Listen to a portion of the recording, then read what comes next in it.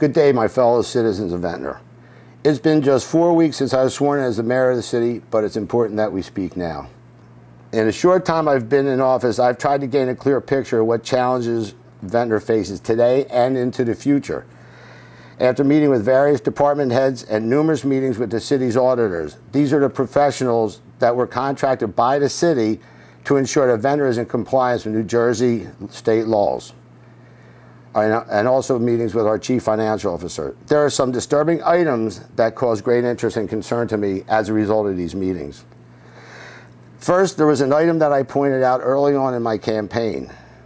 That is the alarming excessive use of debt and the hidden cost of future generations of Ventnor residents.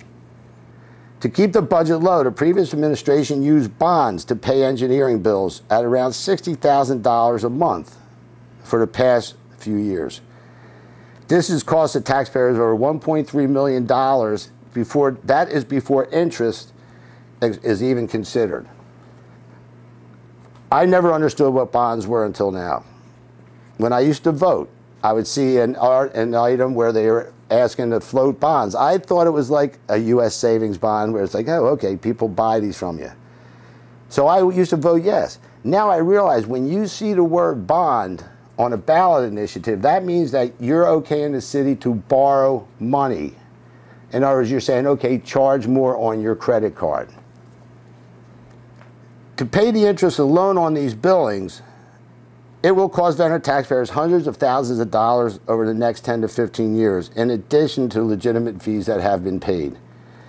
The previous administration did not use the pay today for services rendered approach. That is what most governments use. They push the cost to future generations so you and your children will pay for those costs in the future. Governing is about choice. This was a poor choice. The previous administration had 4 years to address the water meter situation and correct billing. Unfortunately, today as we speak, this program is only about 70 to 80% complete, and not every Ventnor household has a working meter. We're not ready to implement the usage-only water billing system. That's not fair to all the residents. The water department has been instructed to begin to bill for usage this month. However, I felt it would not be fair to those who have their meters in place and who will be paying for the actual usage through the summer months at the higher rate, where people who have not had their meters hooked up yet will not be paying for usage until their meters are hooked up, probably sometime in the fall, which means they won't be paying for usage all through the summer while the rest of us will. That's not fair, but as a result of that, I had to make a decision. Everyone has to pay an equal share this way, and I apologize for having to make that decision. By 2013, this program will be fully implemented, and we will be able to start accurately billing from January 1st of next year for actual usage. As I walk around City Hall in the Public Works building, I was really astonished at what I have seen in these buildings. Here is a building where people, the citizens of Ventnor, walk in and out on a daily basis. And I've seen violations in this place. It's incredible. Our code enforcement has gone around citing people for windows that don't work, screens that don't work, doors that don't work. When in this building alone, probably 80% of the windows don't even have screens. Maybe 60% of the windows work properly. Window 1, no screen. Window 2, yeah, can't even open. Hey, it works. Hey, it works, but don't let go of it. And this one also works. There's screens in these 3. So I have, out of 5 windows, 3 in my office works. Not bad. What's that, 60%? Got a 60% functioning windows in my office alone. The list goes on. I've asked code enforcement to do a full housing code inspection in here and give me a list of the violations which will be dealt with and will be corrected. At City Yard, the Public Works building, we have bay doors that don't open, so they can't get apparatus in and out. They were directed by the EPA to build a salt shed to contain the road salts. Since they haven't been given the authorization to build it yet, the salt is being stored inside the garage where the trucks are. This creates a salt environment inside of that garage to where the trucks are going to wind up rusting a lot sooner than they should. We're supposed to build a washdown station for our vehicles. That has yet to be built. The bond money is there for this work to be done. The only problem was there was no administrative authorization for this work to be done. The prior administration was willing to give up 13.5 acres of our land in Ventnor West. Now, 13.5 acres, I'm not real sure what that is. A lot of people don't know what an acre is. Let me show you an example of what I'm talking about. You'll see that this little red spot that I'm showing you right here indicates the area where the old ice skating rink was. This little red spot.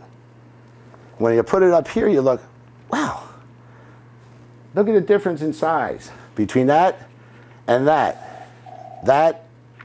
and that. Now, when you take this overlay, surprisingly, that's the size of Ventnor Gardens. Or if you take it over Ventnor Heights, look. You want a little beach block area?